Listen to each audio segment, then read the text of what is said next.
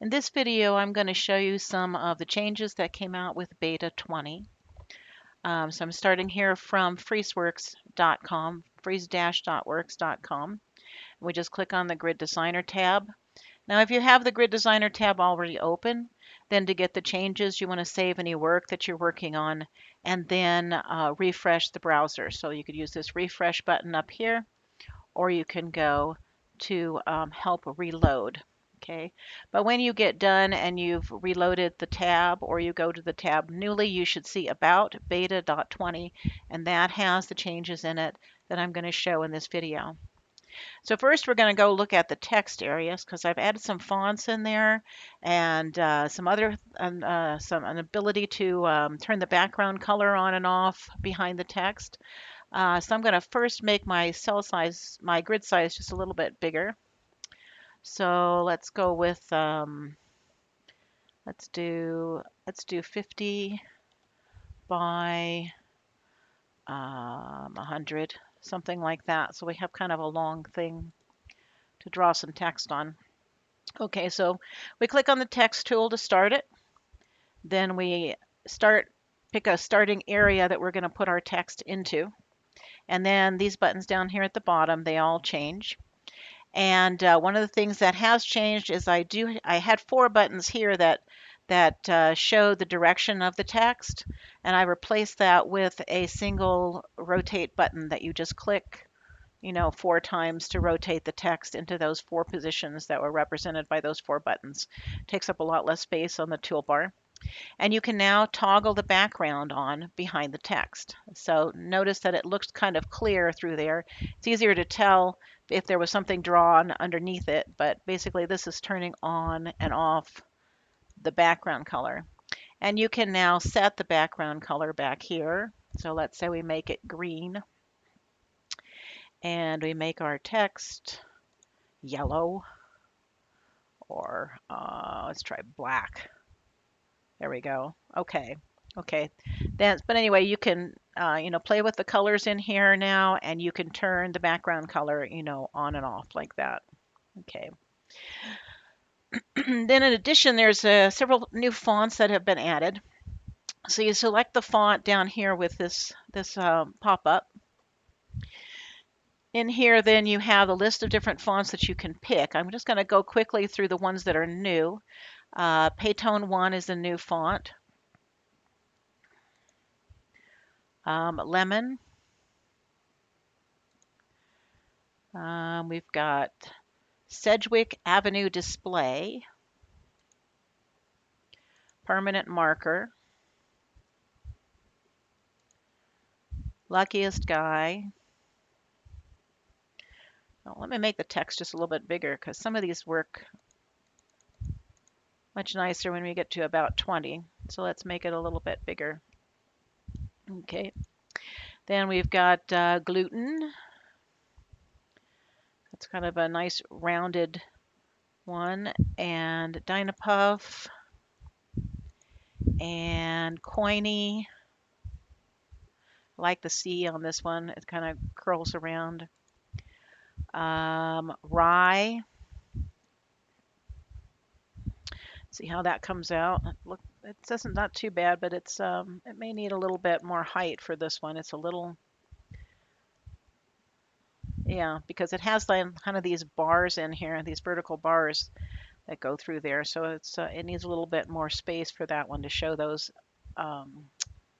little bars. Shrickhand.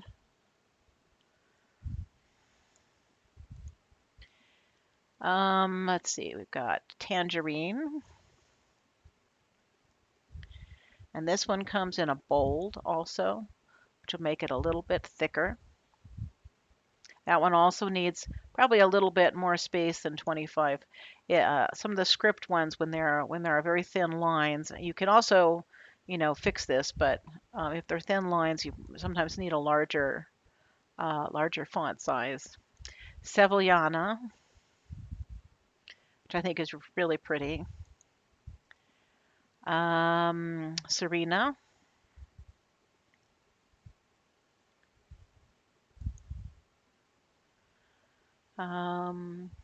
Pacifico.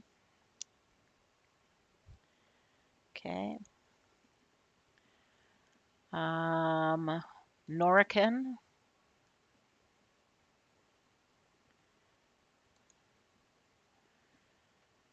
We got Kaushan script.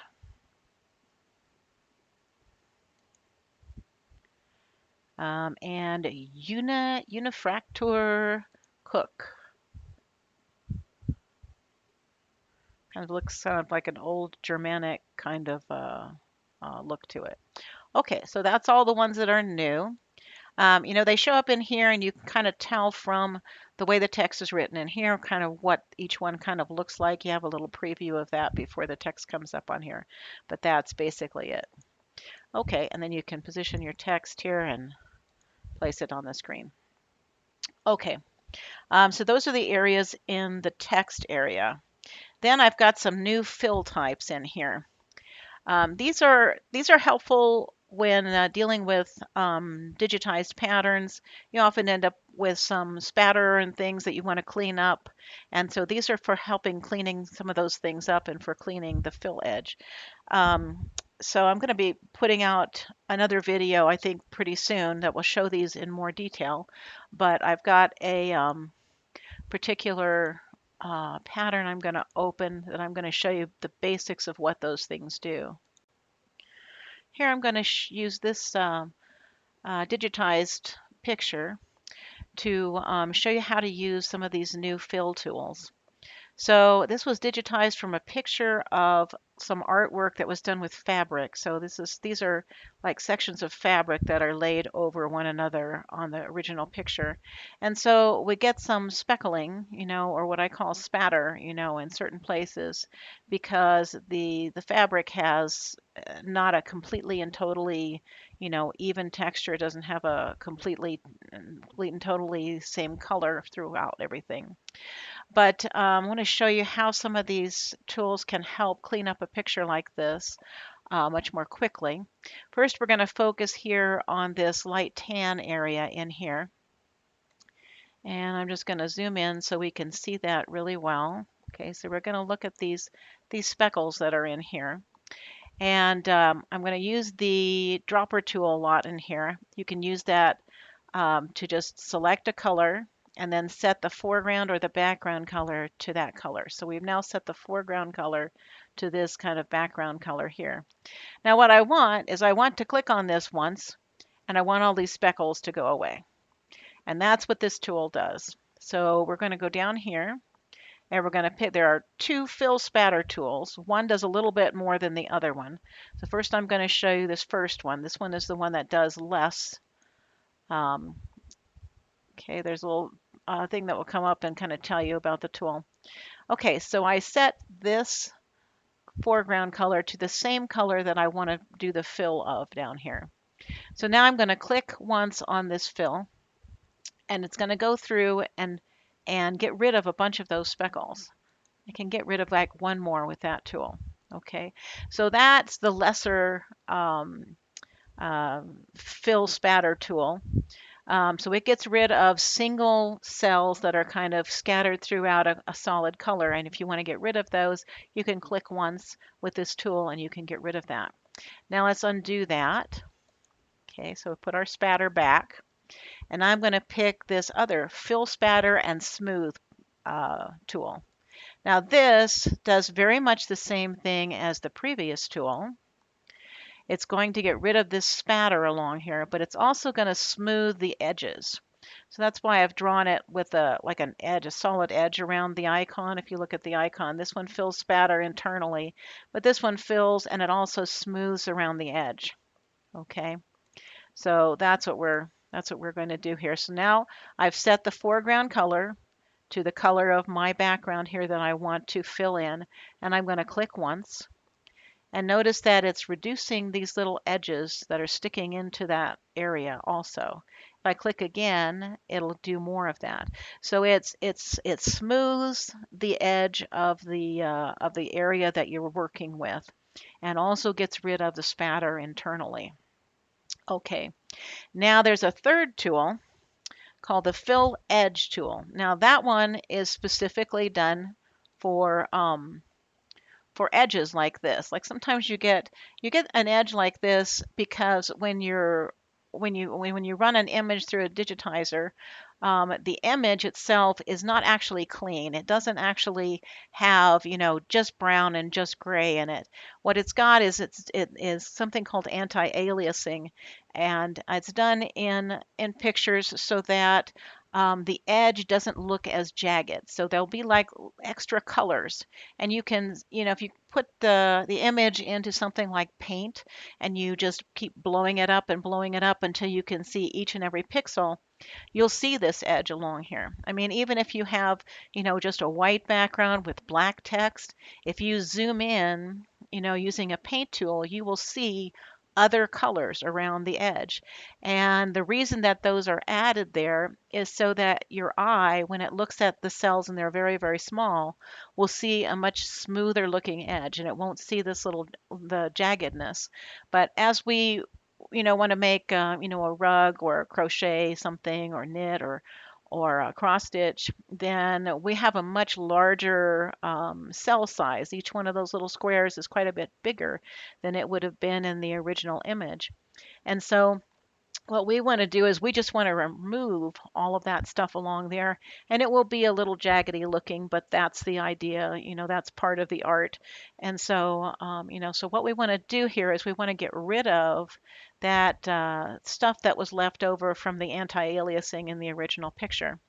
And basically this edge tool down here is what it's going to do is it's going to remove other colors between two major colors. So the two major colors that this edge is between are the brown here and the gray up above. So to start this, what we do is we set our foreground color to one of these, either the brown or the gray, and we set the background color to the other color, the gray or the brown. So to do that, I'm just going to use the dropper tool here. We're going to pick brown and we'll set that to our foreground color. Then I'm going to use the dropper tool again. I think gray is already set there, but we'll just make sure. Okay, so now I've got foreground and background. This defines where the edge is going to be. So the edge is between the foreground and the background color. That's the edge that's going to be worked on. So I go down here. I pick my edge tool. Okay, get another little thing that tells me what the tool does. Okay, and now I have a choice. I could either fill these intermediate cells with the gray, or I can fill them with brown. So since I've got this set as foreground color, if I left click on this, then it will automatically fill those with brown. And if I undo that, and then I right click over here, that's the other way I could do it. I could fill those colors, those edge things with the gray. So I can do that either way. Okay, so the edge tool will help you get rid of some of this stuff that can show up around the edge of your digitized picture. Okay, so those are those three new tools: the fill spatter smooth. You can think of it as a fill spatter light, and this is fill spatter more, and then this is filling the edge, and the edge one has to be set up in such a way that you set the foreground and the background color specifically so it knows the edge between what two colors, right? So you have to do that before you use that. Okay, let's see. So there's just a couple of other little things. Okay. Someone requested that I allow them to be able to turn off all the grid lines. So under print and download now, there's an ability to turn off all of the grid lines so that you just see the picture basically that's being painted with no grid lines. So there's a way to do that now. That's both in the print and under the download. So you can do that under here too. Okay. And there's a whole lot of new palettes. They're not really part of this release, but they were added shortly, just a little while ago. And what I did was I started under the yarn. I've marked these things as yarn 3. The 3 is the weight of the yarn, so yarn 3 will be a DK weight yarn, lightweight yarn. Yarn 4 is more the worsted weight, kind of very typical yarn. And 5 is a chunky yarn. So yarn 5 indicates a chunky yarn. So there's a lot of new palettes in here. Take a look through there and see what you think. And I'm always up for, adding new palettes. If there's other things that other yarns that you use, just let me know and I'll put them in. It's not a problem. Okay, so that's about it for release beta 20. Thanks very much for watching and happy designing. Bye bye.